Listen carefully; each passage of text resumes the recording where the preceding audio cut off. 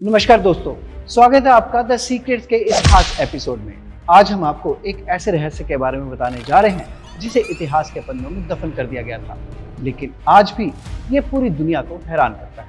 ये कहानी है 9 अज्ञात आदमियों यानी कि 9 अननोन मैन की। ये एक ऐसा गुप्त समाज था जिसका संबंध महान सम्राट अशोक से जुड़ा है।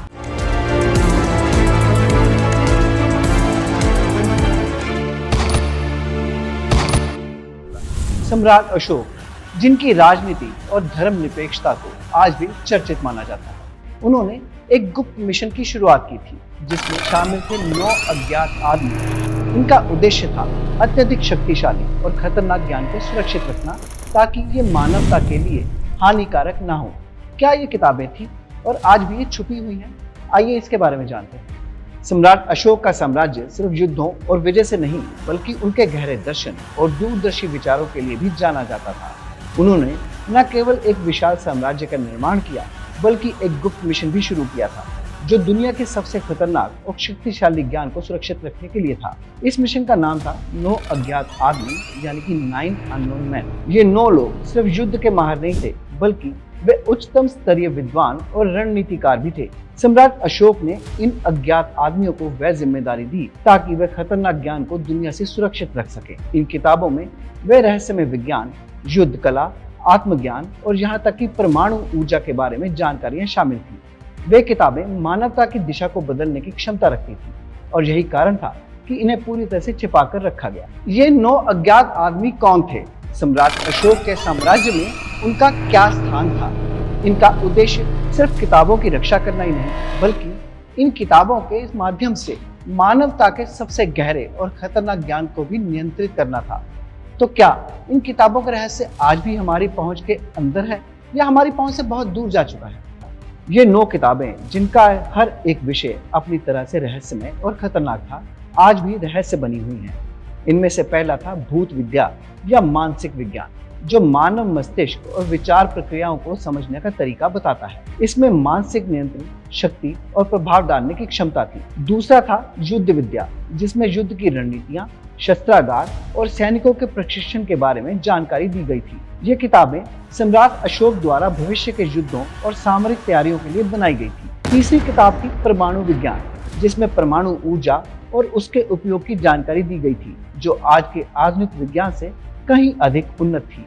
इसके बाद आती है आध्यात्मिक विद्या, जो आत्मा, ब्रह्मा और परम शक्ति के बारे में जानकारी देती थी। इस किताब के माध्यम से जीवन और मृत्यु के रहस्यों को समझने का प्रयास किया गया था। इसके अलावा औषधि विद्या, प्राकृतिक शक्तियाँ, कृषि और जीवन, संगठन और राजनीति और धर्म और नैतिकता से जुड़ी किताबें थी जो समाज के हर पहलू को प्रभावित कर सकती थी। इन किताबों की जानकारियों को पूरी दुनिया से छिपा कर रखा गया था ताकि इनका गलत इस्तेमाल ना हो। सम्राट अशोक के बाद ये किताबें कहाँ गई? क्या कभी इन तक कोई पहुंच पाएगा? सम्राट अशोक ने इन किताबों को छुपाने के लिए इन 9 अज्ञात आदमियों को विशेष ट्रेनिंग दी थी। इन किताबों को न केवल सुरक्षित रखना था बल्कि समय आने पर ही सही हाथों में पहुंचाना भी इनका कार्य था। ये समूह अपनी सुरक्षा के लिए अत्याधुनिक तकनीकी और शारीरिक प्रशिक्षण प्राप्त कर चुका था। सम्राट अशोक के साम्राज्य के दूर दराज क्षेत्रों में गुप्त स्थानों पर ये किताबें रखी जाती थी और इन स्थानों की सुरक्षा के लिए एक अद्वितीय सुरक्षा प्रणाली बनाई गई थी। इन किताबों का अस्तित्व कभी पूरी तरह से नष्ट नहीं हुआ और यही कारण है कि आज भी कुछ लोग इन किताबों की खोज में हैं। इन किताबों की सुरक्षा और रहस्य को लेकर कई बार हमले हुए, लेकिन हर बार ये 9 अज्ञात आदमी अपने कार्य में सफल रहे। एक बार तो सम्राट कैलाश कुमार ने इन किताबों को कब्जे में लेने के लिए एक विशाल सेना भेजी थी, लेकिन अज्ञात आदमियों ने अपनी रणनीति से इसे नाकाम कर दिया। क्या आप जानते हैं कि इन किताबों को छिपाने के लिए ये 9 अज्ञात आदमी कितनी कठिनाइयों का सामना करते थे? जब सम्राट कैलाश कुमार की सेना ने इन किताबों को छीनने की कोशिश की तो क्या हुआ था? क्या इन किताबों की सुरक्षा केवल शारीरिक युद्ध तक ही सीमित थी या इसमें दिमाग का भी कुछ खेल था? सम्राट कैलाश कुमार की सेना जो इन किताबों को कब्जे में लेने आई थी वह नाकाम हो गई। इन 9 अज्ञात आदमियों ने न केवल शारीरिक युद्ध में बल्कि मानसिक रणनीतियों में भी अत्यधिक माहिरता दिखाई। यह घटना आज भी रहस्य बनी हुई है क्योंकि इस हमले की पूरी तरह से जानकारी किसी को नहीं और इसे नाकाम कर दिया था ये सभी जानते हैं, बिना किसी सैनिक के खून बहाए। ये अज्ञात लोग अपनी चतुराई से शत्रु सेना को इस तरह से हराते थे जैसे वे एक कदम भी नहीं बढ़ने पाए। वे जानते थे कि यदि इन किताबों को किसी ने हासिल कर लिया तो पूरी दुनिया का संतुलन बिगड़ सकता था। उनके पास ऐसे रहस्यों और रणनीतियों का खजाना था जो मानवता के लिए खतरनाक हो सकते थे। इन किताबों की खोज में अब तक कई लोग लग चुके हैं, लेकिन क्या कभी कोई इन्हें हासिल कर पाएगा? तो क्या ये किताबें अभी तक छुपी हुई हैं या हैं ही नहीं, या इनकी खोज में कोई सफल हुआ भी है? ये जानने में काफी वक्त लगेगा। अनेकों इतिहासकार और विद्वान मानते हैं कि इन किताबों को ढूंढने की प्रक्रिया अभी भी जारी है।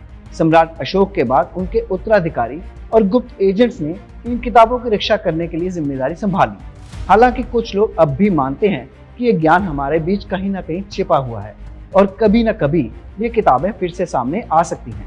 लेकिन क्या इन किताबों का रहस्य समय के साथ खो जाएगा, या कोई दिन ऐसा रहस्य उजागर हो सकता है?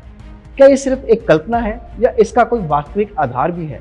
यही वो सवाल है जो आज भी दुनिया भर के विद्वानों और शोधकर्ताओं को परेशान कर रहे हैं। ये था 9 अज्ञात आदमियों का रहस्य, एक ऐसा समूह जिसने न केवल इतिहास को बदल कर रख दिया बल्कि मानवता के सबसे गहरे ज्ञान को भी संरक्षित रखा। लेकिन क्या आज के समय में यह ज्ञान कभी सामने आएगा? क्या यह हमेशा के लिए छुपा रहेगा?